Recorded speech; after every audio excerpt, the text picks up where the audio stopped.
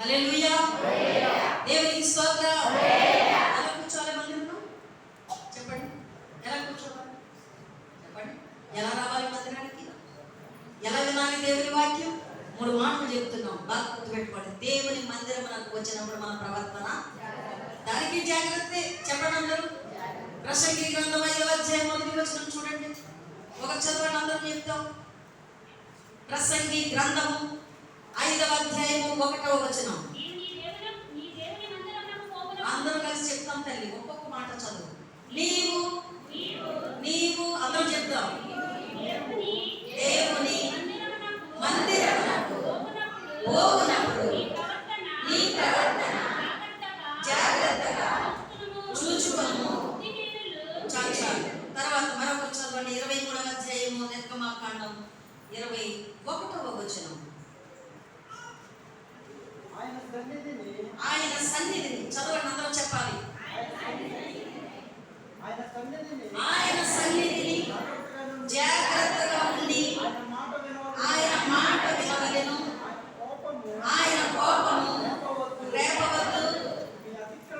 మీ అతిక్రమములను ఆయన పరిహరింపడు. ఆ నామము నా నామము ఆయనకున్నది. మరొకరు చదవండి. 22వ వచనం. అయితే నీవు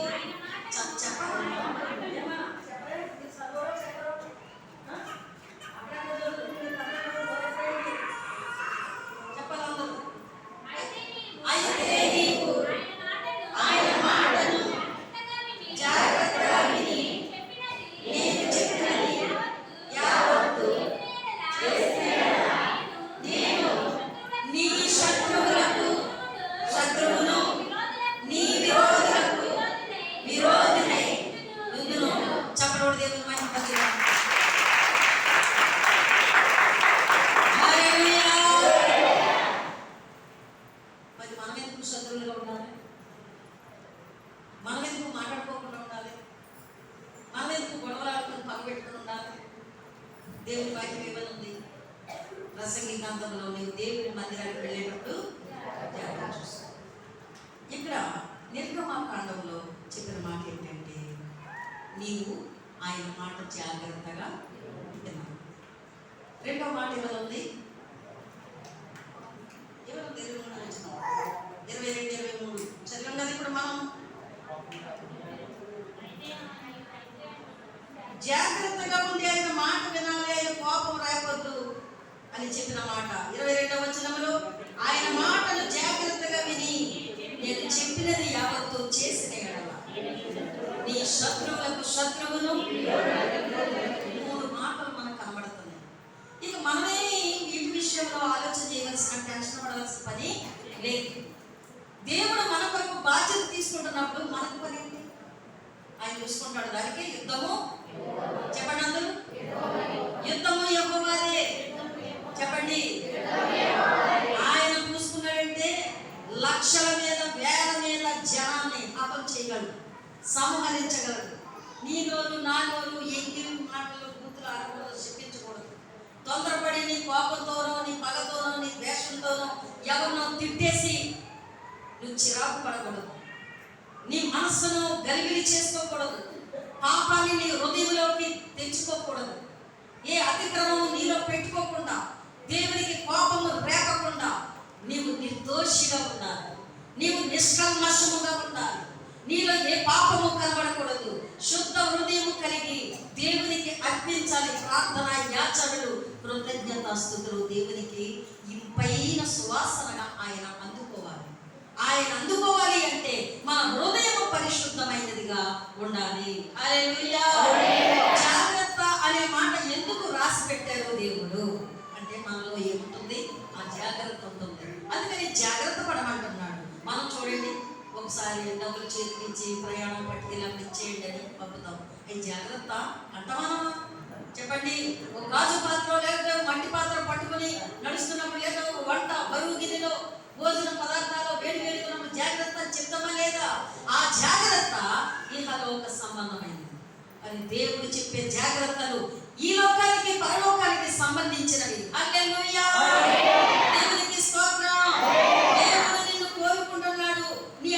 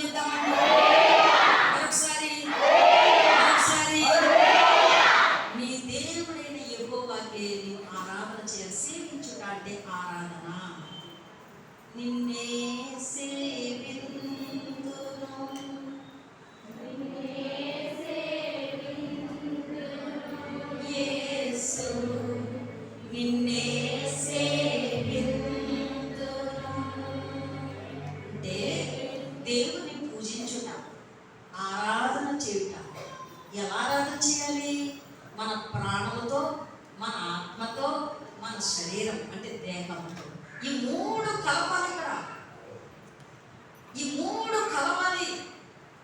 నీవు దేవుణ్ణి ప్రేమించుటలో, ఆయన నామాన్ని గణపరచుటలో, లేక ఆయన స్తుతించుటలో నీ ప్రాణాత్మ శరీరాలు కలపాలి. ఇక్కడ ఘటాన్ని పెట్టేసి నీ మనసును ఎక్కడికో పంపేస్తున్నావు. అది దేవునికి ఇంపుగా ఉండదు, అది దేవునికి ఇష్టముగా ఉండదు. వాక్యం సెలవిస్తుంది. ఒక మాట మనం చదువుదాం. ఈ మాటకు ముందు కీర్తనల గ్రంథములో ఒక మాట చూద్దాం. చూడండి, దేవునికి ఏది ఇష్టమో, దేవునికి ఏది ప్రీతికరమో, ఆయన ఏది చూసి ఆనందించే దేవుడై ఉన్నాడు. 34వ కీర్తన 18వ చరణం. విరిగి నలిగిన హృదయము గలవారికి యెహోవా ఆసనుడు. ఆసనుడు అంటే అర్థం ఏంటి? ఆసనుడు అంటే దగ్గరగా వచ్చేస్తాడట. హల్లెలూయా. ఒకవేళ నీ ప్రక్కన వారు నీకు చిరాకు పడుతున్నారేమో, నీ పిల్లలే నీకు చిరాకు కనిపిస్తున్నారేమో, ఎండకో చెమటకో అలసటకో బలహీనతకో, కానీ నీ దేవుడు నీకు దగ్గరగా ఉంటే నీకు ఎంత సేద తీర్చబడతావో, ఎంత ఆదరించబడతావో, ఎంత స్వస్థపరచబడతావో, ఎంత ధైర్యముగా ఉంటావో అది నీ మాటల్లో చెప్పలేము. అర్థమవుతుందండి? మాటల్లో చెప్పలేమది. ఎంత అద్భుతమైందంటే ఆసన్నుడు. విరిగిన హృదయము గలవారికి యెహోవా ఆసన్నుడు. చాలా దగ్గరగా ఉంటాడు, చాలా దగ్గరగా ఉంటాడు. ఎంత అంత అని చెప్పడానికి మన జ్ఞానము గాని మన తెలివి గాని చాలదు. చూడండి, రెండవ మాట, నలిగిన మనస్సు గలవారికి. అలాంటి వారిని దేవుడు ఏం చేస్తున్నాడు? రక్షిస్తున్నాడు. రక్షణ. రక్షణ అంటే దేవుడు రక్షించేవాడు. తీసుకోండమ్మా, తీసుకోండి, తీసుకోండి, వెనక్కివ్వండి, వెనక్కివ్వండి. నలిగిన మనస్సు ఎవరిది? విరిగిన హృదయం ఎవరిది? మనలో ఏముంది? ఒకసారి చేతులెత్తి స్తోత్రం చెప్తా. రెండు చేతులు ఎత్తండి. ఒకసారి అనండి. అంటే ఎప్పుడు పక్కన పోతారు. అనండి అంటే నిద్రపోకుండా పోతారు. అనండి, మళ్ళీ అనండి. హల్లెలూయా, హల్లెలూయా. చెప్పండి,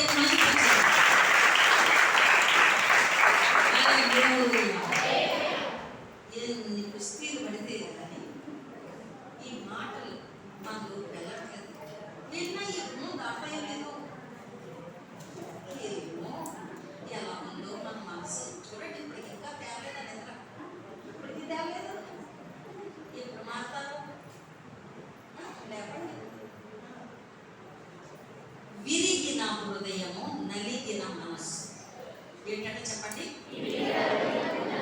అందరూ చెప్పండి. చేయి పట్టుకోండి,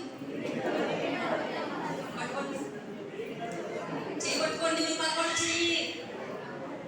చేయి పట్టుకోండి, కలపండి, చేయి కలపండి. కలిపారా? ఇప్పుడు చెప్పండి. విరిగిన హృదయము గలవారికి యెహోవా ఆసన్నుడు. నలిగిన మనస్సు గలవారిని ఆయన రక్షించును. తీసేది చేతులు. ఇప్పుడు అడుగుతాను, నా మనసు ఇరుక్కుపోయిందంట, నేను మాట్లాడను అంటావు, నేను ప్రేమ లేదు అంటావు. మరి దేవుడు ఏమంటున్నాడు?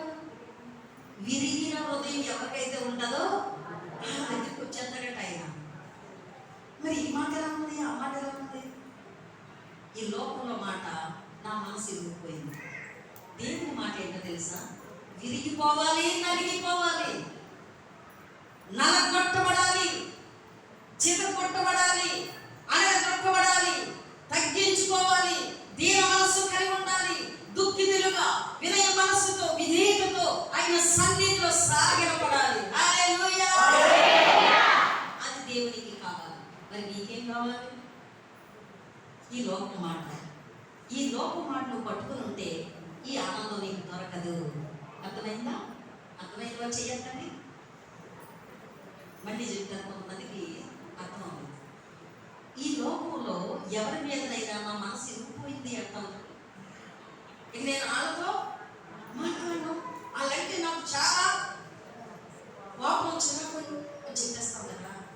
దేవుడు అంటున్నాడు, వాటి విషయంలో విరిగి నలిగిన హృదయం కలిగి ఉంటేనే దేవుడు నీ దగ్గరికి వస్తాడట, నిన్ను రక్షిస్తాడట. అంటే ఇప్పుడు బాగా ద్వేషం పెట్టుకోవాలా? చెప్పండి, కోపం పెట్టుకోవాలా? ఆ విషయంలో మనం ఏం చేయబడాలంటే నలుగా కొట్టబడాలి. వాక్యం యెషయా చదువుతాం 53వ అధ్యాయం. అతనిని నలుగా కొట్టుటకు యెహోవాకు ఇష్టమాయెను, అది అతనికి వ్యాధి కలుగజేసెను. హల్లెలూయా. మనం నలగొట్టబడాలి. శ్రమలలో నలగొట్టబడాలి, కష్టాల్లో నలగొట్టబడాలి, రోగాల్లో నలగొట్టబడాలి. అప్పుడే ఆయన మాట వింటాం, అప్పుడే ఆయన లోబడతాం. లేకపోతే మనము లొంగము దేవునికి. శోధనలు ఎప్పుడైతే మన మీదకి వస్తాయో, ఎవరు మనం ఆదరించకపోతే అప్పుడు తెలుస్తుంది దేవుని విలువేంటో. రోగాలు వచ్చినప్పుడు డబ్బులన్నీ వాడేసాక, మందులన్నీ వాడేసాక, హాస్పిటల్ని తిరిగేసాక ఎవరి వల్ల నయం కాకపోతే అప్పుడు విలువ తెలుస్తుంది దేవుని విలువేంటో.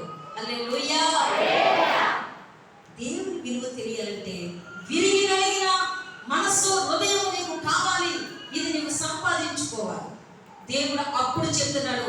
ఈ 25వ వచనం నిర్గమకాండంలో మనం చదువుకుంటున్నాం. 23వ అధ్యాయం. నీ దేవుడైన యెహోవానే సేవింపవలెను, అప్పుడు ఆయన నీ ఆహారమును నీ పానమును దీవించును. నేను నీ మధ్య నుండి రోగములు తొలగిస్తాను. నీవు కడుపు దిగబడినదియు గొడ్డిదియు నీ దేశంలోనూ ఉండదు. నీ దినముల లెక్క నేను సంపూర్తి చేస్తాను. నన్ను బట్టి మనుషులు నీకు భయపడదురు. హల్లెలూయా. గౌరవము ఏర్పడుతుంది. మాట మారిస్తే గౌరవం ఉండదు, విలువ ఉండదు. మాట మీద నిలబడాలంటాం కదా. వాగ్దానం చేశాడు దేవుడు, మాట తప్పని దేవుడు. ఆయన మాట అంటే అవును కాదంటే కాదంతే. ఆయన మాటలో తేడా లేదు. మన మాటలే ఉంటాయి. మాట ఇస్తాం, తప్పిపోతాం. క్షమించమని అడుగుతాం, పశ్చాత్తాపడతాం, మళ్ళీ అదే బ్రతుకులో ఉంటాం. మన మాటలు, ప్రార్థన ఒకటి, మన జీవితం, నడక, ప్రవర్తన విధానం మరొకటి. ఇక్కడ అంటాడైనా 25వ వచనంలో ఉంది, నీ దేవుడైన యెహోవాను సేవించవలెను, అప్పుడు నీ భోజనము నీ పానము దీవిస్తాను. పానం అంటే నీళ్లు త్రాగేవి. అది మజ్జిగ, పాల, డ్రింక్, ఎలాంటి లిక్విడ్ అయినా దీవిస్తాడు దేవుడు. నీ భోజనాన్ని దీవిస్తాడు దేవుడు. నీ ఆహారాన్ని దీవిస్తాడు దేవుడు. నీ ఆహారం దీవించబడాలంటే నీ దేవుడిని ఆరాధన చేయాలి. దేవుని బిడ్డనని చెప్పుకుంటున్న నీవు ఆయన సేవిస్తున్నావా? ఆయన నామాన్ని గణపరుస్తున్నావా? ఎక్కడైనా లోటు చేస్తున్నావా? ఎక్కడైనా నువ్వు తేడా ఉంటున్నావా? దేవుడు చూస్తున్నాడు. నీ భోజనము దీవిస్తాడు, నీ పానము దీవిస్తాడు. రెండవది, నీ మధ్యలో ఉన్న రోగాలు, నీ కుటుంబంలో, నీ శరీరంలో దాగి ఉన్న రోగాలను ఆయన ఏం చేస్తాడట? తొలగించేస్తాడు. హల్లెలూయా. దేవునికి స్తోత్రం. వ్యాధులను తొలగించువాడు, మృతులను మరి లేపువాడు.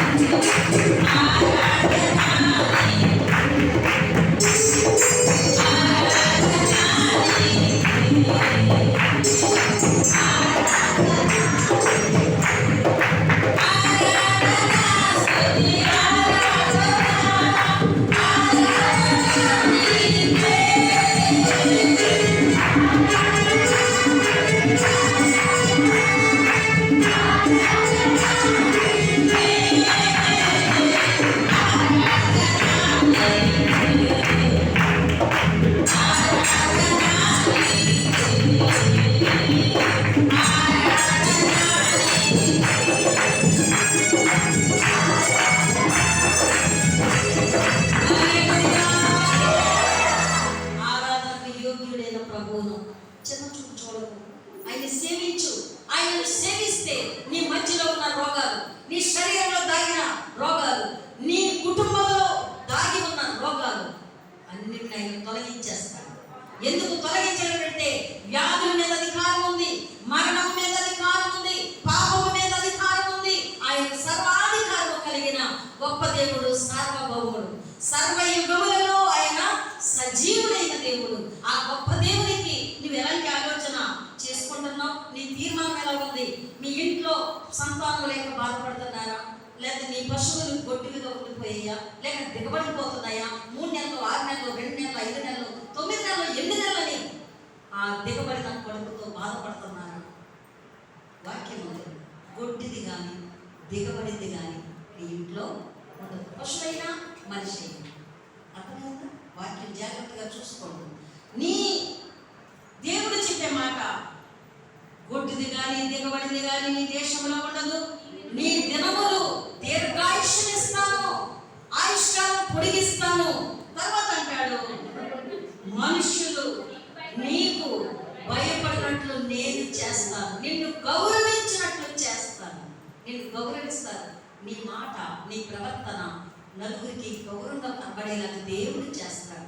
మంచి నిర్ణయం చేసుకోండి. చివరిగా చూడండి ఒక వాక్యాన్ని, లేవికాండం 20వ అధ్యాయము 26వ వచనం.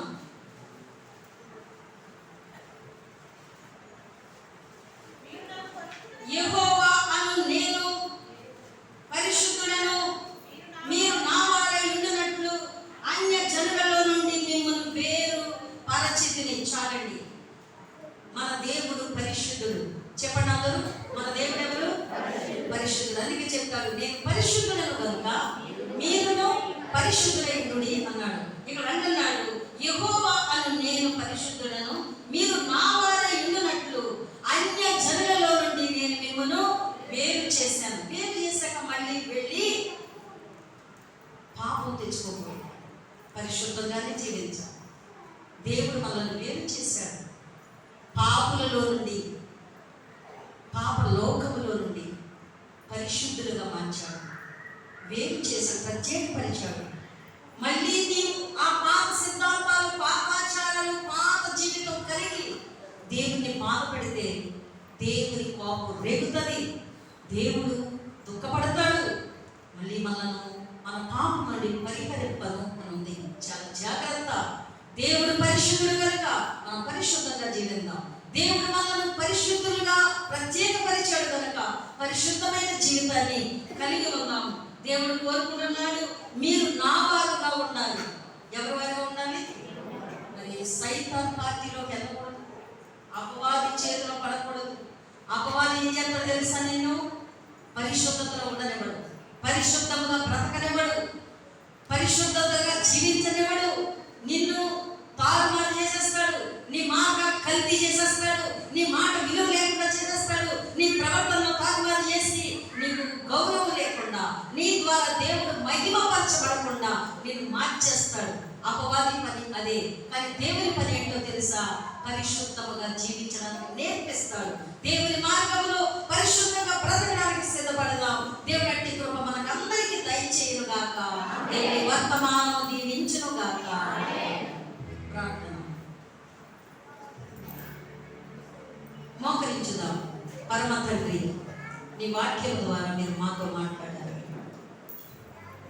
సైన్యములకు అధిపతి నీ నివాసములు ఎంత రమ్యము. యెహోవా మందిర ఆవరణం చూడాలని నా ప్రాణము ఎంతో ఆశపడుచు, అది సొమ్మసిల్లుచున్నది. జీవము గల దేవుని దర్శించడం నా హృదయము, నా శరీరము ఆనందముతో కేకలు వేయించు. మారు మనసు పొందిన వారుగా మాకిచ్చిన ఈ గొప్ప వరం, ఆనందం, సంతోషం మేము వరముగా సంపాదించుకోవడానికి శక్తినివ్వండి. దేవా, నీవు గొప్ప దేవుడు, నిన్ను సేవించేవారుగా, నీ మాటలు తొలగక, నీ కోపము రేపకుండా నీ మాట జాగ్రత్తగా వినేవారు మా హృదయాన్ని తెరవజేశారు. నీ సన్నిధికి వచ్చేటప్పుడు మా ప్రవర్తన జాగ్రత్త